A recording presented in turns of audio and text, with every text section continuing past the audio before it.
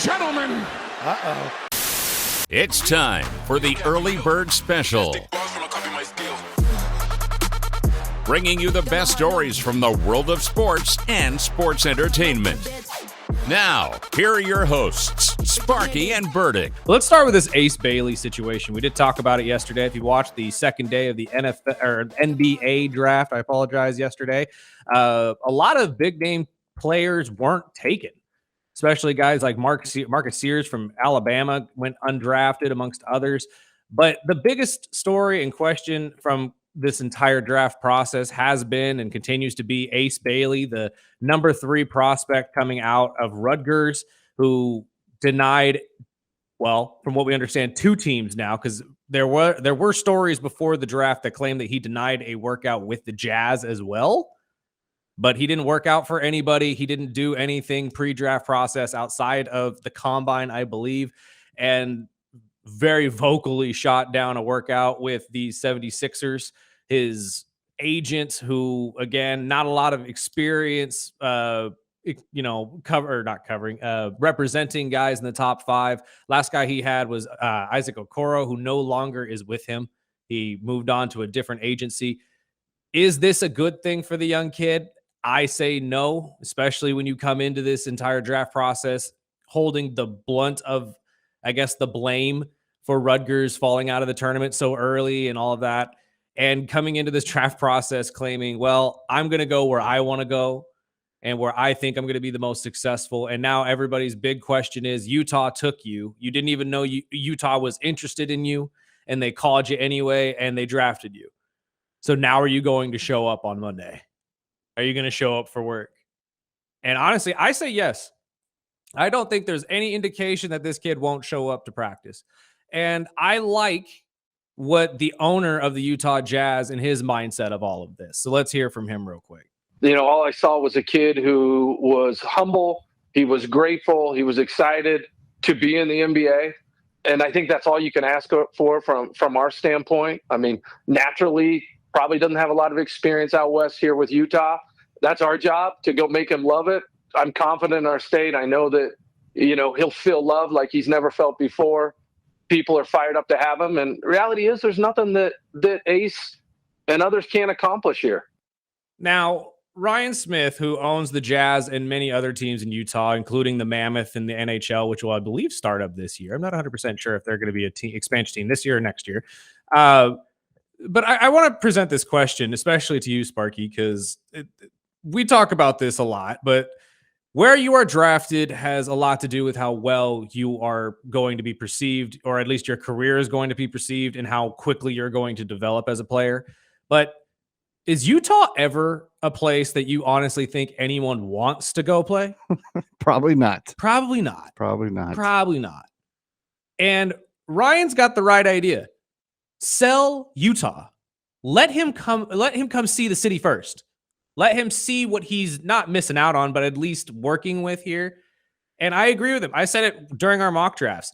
Utah got screwed out of the first overall pick. And at this point, they were going to take the best player on the board, no matter who it was. Whether it was Concanoopel, VJ Edgecombe, or Ace Bailey, did not matter. They were going to take the best possible player because that's what they needed.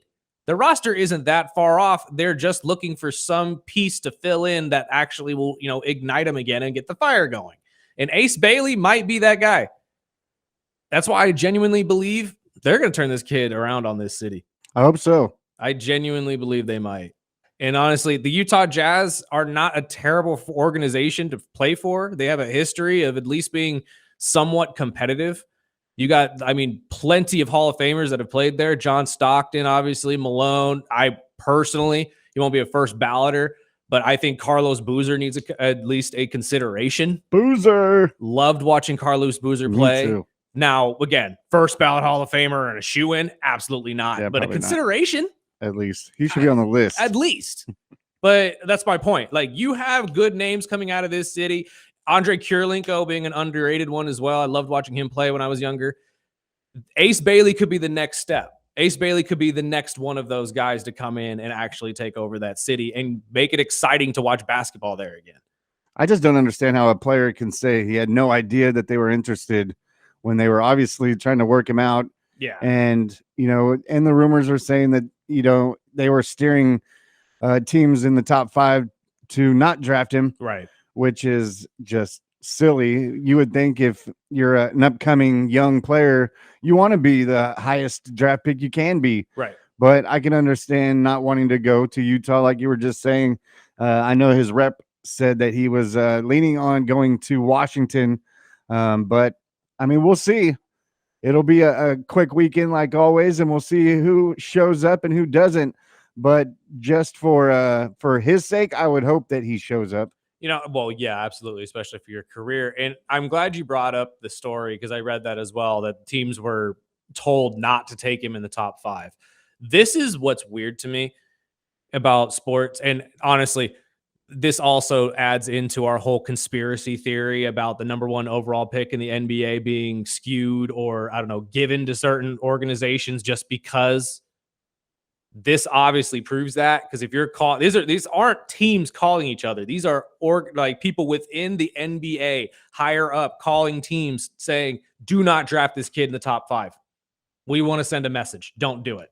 And this has happened in the NFL as well, which is wrong. You should not be doing that to people. I'm sorry. We just saw it with Shedeur. I'll throw it out there. They did the exact same thing to Shedeur Sanders. You really think Cleveland wanted to take Dylan Gabriel before Shedeur Sanders? Really? Yeah, I don't think so either. I mean, maybe for the pocket. Yeah, exactly.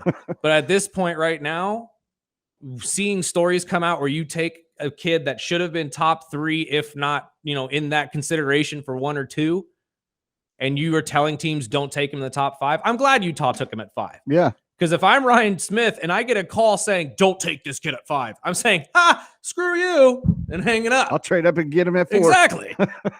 Don't tell me what to do with my draft pick. But going back to, they were already screwed for the first pick.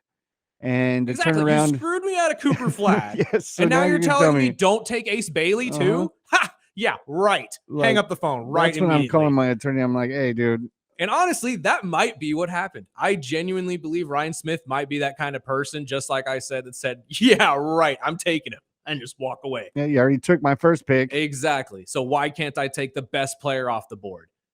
And it's like, I don't care if you want to send a message, quote unquote, knock that off. I'm sorry, I shouldn't even say quote unquote, because that's not what they said at all. But that I'm pretty sure that's probably what was the point here. Let's not do that anymore. So say he doesn't show up. Ooh. Then Utah are screwed not once, but twice. Well, and that's true. But I think I'm glad we're talking to Evan at 7:30, because I heard him talk about this on the way in, and I'm curious because he does have a very good point. All I'm thinking now is he wants out.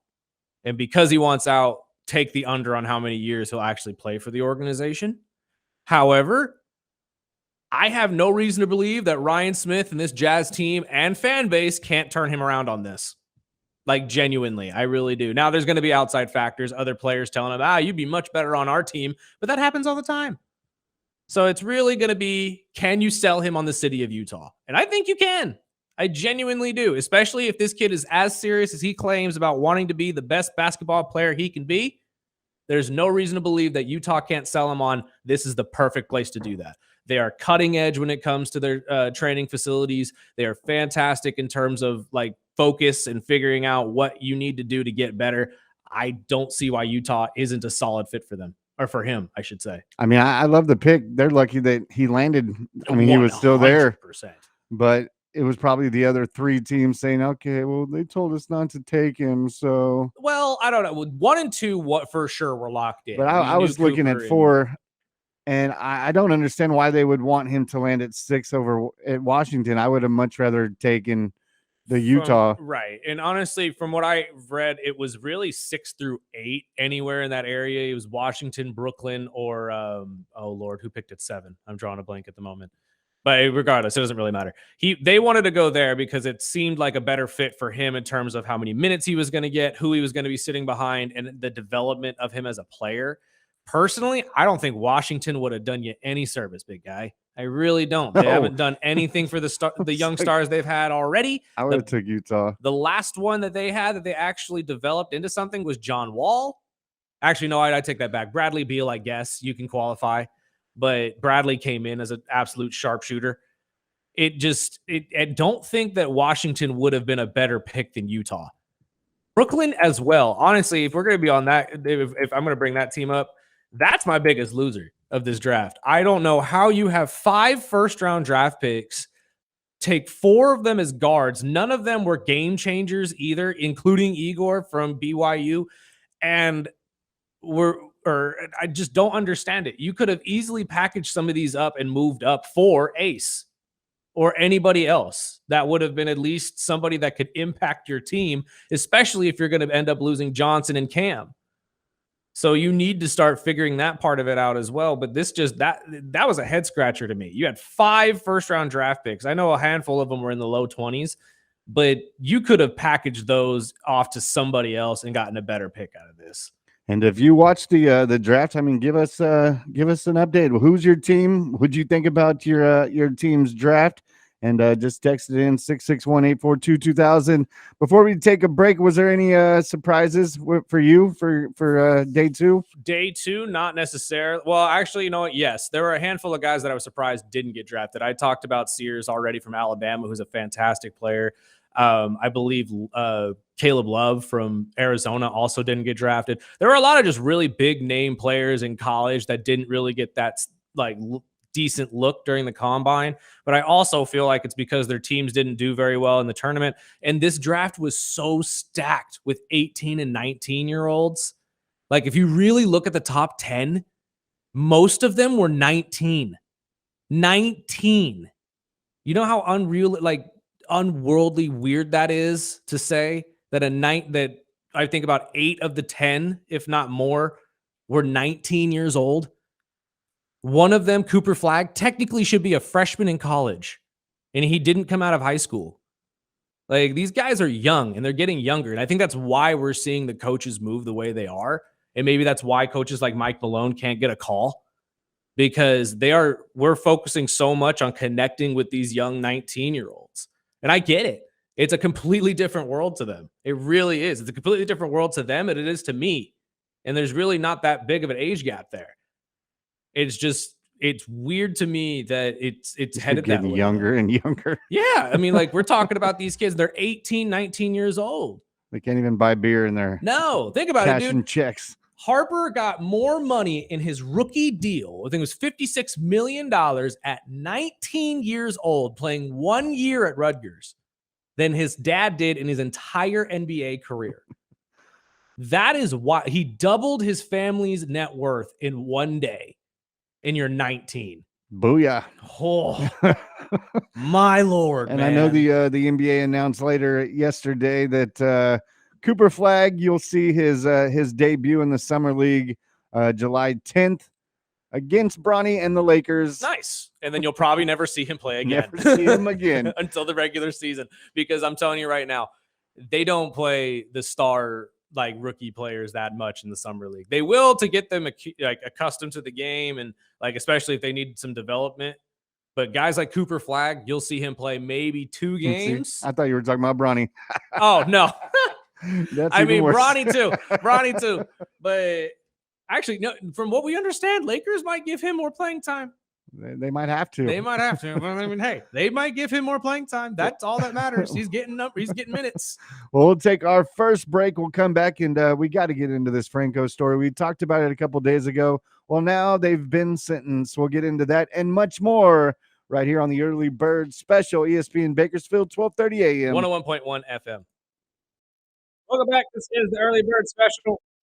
I'm telling you, it's going to take a while, but it's just dead ahead. Just look at me. That's all you got to do now. See? You beautiful can see eyes. your pretty little face. I have to type myself up, too, real quick. I misread, and actually, I misspoke. I didn't misread. I misspoke when we were talking to Ace Bailey. The calls were not coming from NBA officials. A friend of mine just texted me right now saying I said NBA officials were from the refs. It was from his reps. Yeah. Which, if that is the case again, and I meant to make this point, fire this dude already. Yeah. Those are the bad people you don't want around. You do not want this guy representing you. And honestly, I still think that's exactly what happened. I think Smith got the call from the rep and said, yeah, right, and hung up the phone. Yeah, get off my phone. But the NBA officials were not the ones calling in. I need to tighten myself up on that because that's not what I meant. My question is the scale of salary change from say pick 3 to pick 6? 5. Yeah. If that he wanted is pick 6.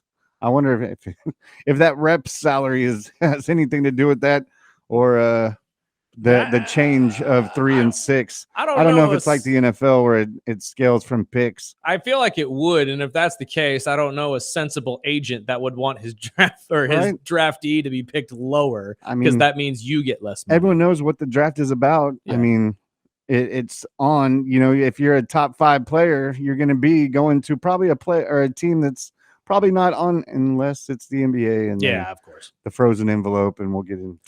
Again, well, there's no reason to believe that there's no technical proof that points that way, but that is the conspiracy, and I do believe it because it's happened far too many times. And also a good point that was brought up that I totally forgot to bring up as well. I love that we're giving Ace Bailey all this grief. We've seen this happen in the recent past with the NBA players, including Evan Mobley of my own Cleveland Cavaliers, who did not want to work out for Cleveland, and Cleveland said, we're taking you anyway. You don't have a choice, bro. Yeah, and guess what? The kid has been a stud, and he loves playing there. So there's no reason to believe this won't happen to Ace in Utah too. And trust me, if there is one place that is worse to go play in any professional sport than Utah, it's probably Cleveland. And that's being said by a Cleveland fan. So I'm just letting you know right now, Cleveland itself as a city, not the best place. Or players that don't want to play in Toronto. Exactly.